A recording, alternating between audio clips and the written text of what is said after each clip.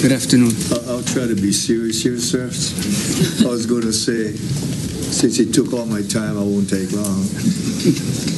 But you know I'm kidding. I know you're kidding. Come on. Come on, man. I think our needs and priorities have been well established. You have before you, hopefully, the written testimony.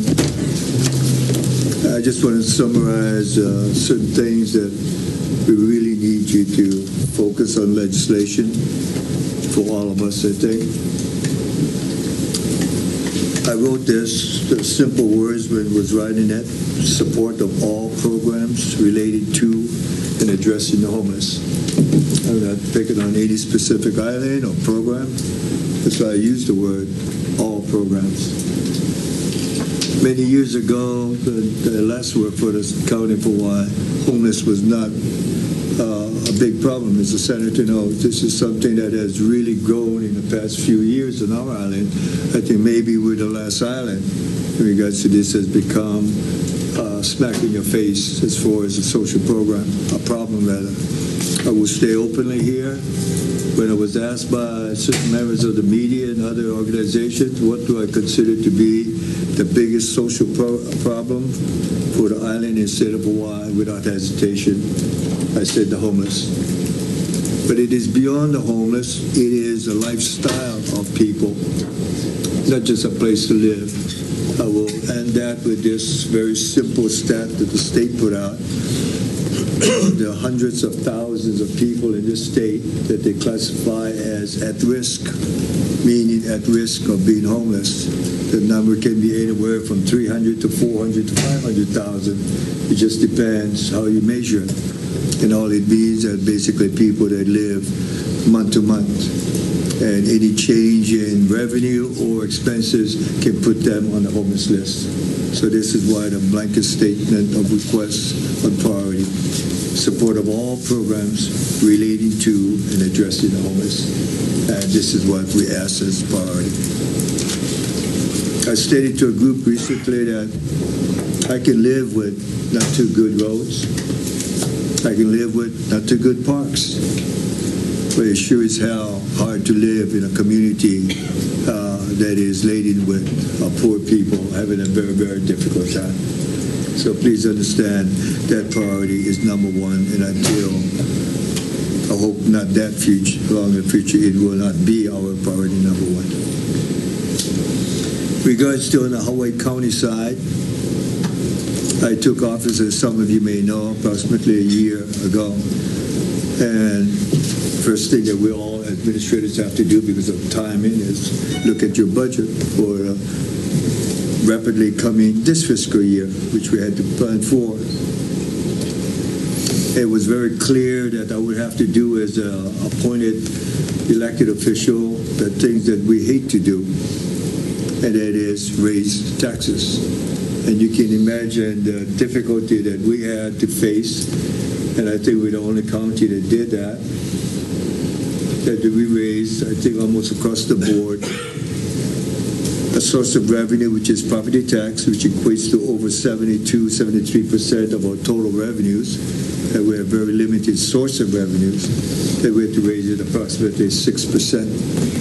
And I need to say very openly how difficult it was to do to people on our island, because we're not as fortunate as some other counties as far as the people of poverty on our island. I'll give you just a couple of examples, which Senator Noy is very familiar with. Let's take Puna, that is so laden with being so far behind in infrastructure needs. But outside of that, it is the fastest growing district in the state of Hawaii. I say again, our population, the fastest growing district in the state of Hawaii. And I think some of you may know why. It is because of availability of lands, someplace to call home and live. It is now the largest populated district on the island of Hawaii. Let me describe that district for you. It's not a song and dance, it's a basis of why we're appealing on priority of certain programs that may be different. If the families there with children, qualify for the federal standard for free meals. Therefore, you might have seen in the paper the Department of Education made effective this year that all public schools in the District of Puna, every student would qualify for free meals because there was such a huge number. Why waste your time with paperwork? District of Kau, another wide open district in regards to availability of lands. 92% of the families there qualify for free meals. And therefore the DOE, bless them, made all students free meals are available to them. These are horrible stats that I have to give you of our island.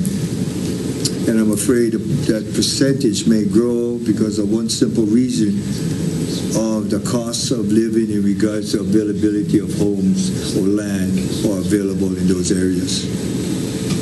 On the negative side of that is this, and again, as Mary Noy knows, let's just take Kau.